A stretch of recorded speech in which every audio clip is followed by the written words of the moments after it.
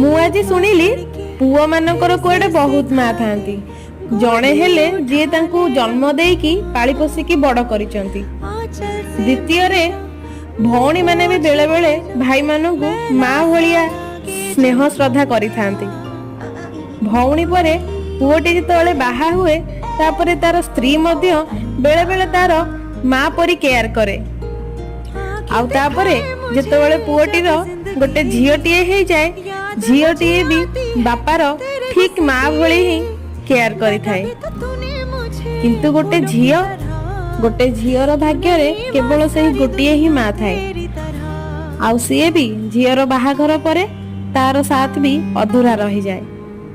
ଥରେ ଝିଅ ଘରୁ ଗୋଡ଼ କାଢି ଶାଶୁ ଘରକୁ ଗଲା ପରେ ସେଇ ମା ଭଳି ମାଟିଏ ଦୁନିଆରେ ଆଉ ସେ ପାଏ ନାହିଁ। ସତରେ ଗୋଟେ ଝିଅ ଭାଗ୍ୟରେ ନା ସବୁ ସୁଖ ନଥାଏ।